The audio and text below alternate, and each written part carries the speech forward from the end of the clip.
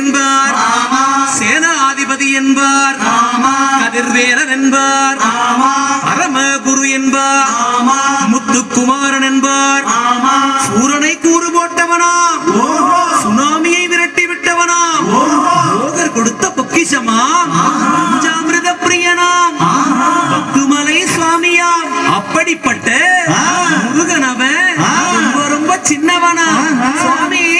சின்ன சின்ன முருகைய சிங்கார முருகைய கொஞ்சி கொஞ்சி தமிழ் பேசும் செந்தில் வடிவேலனவன்.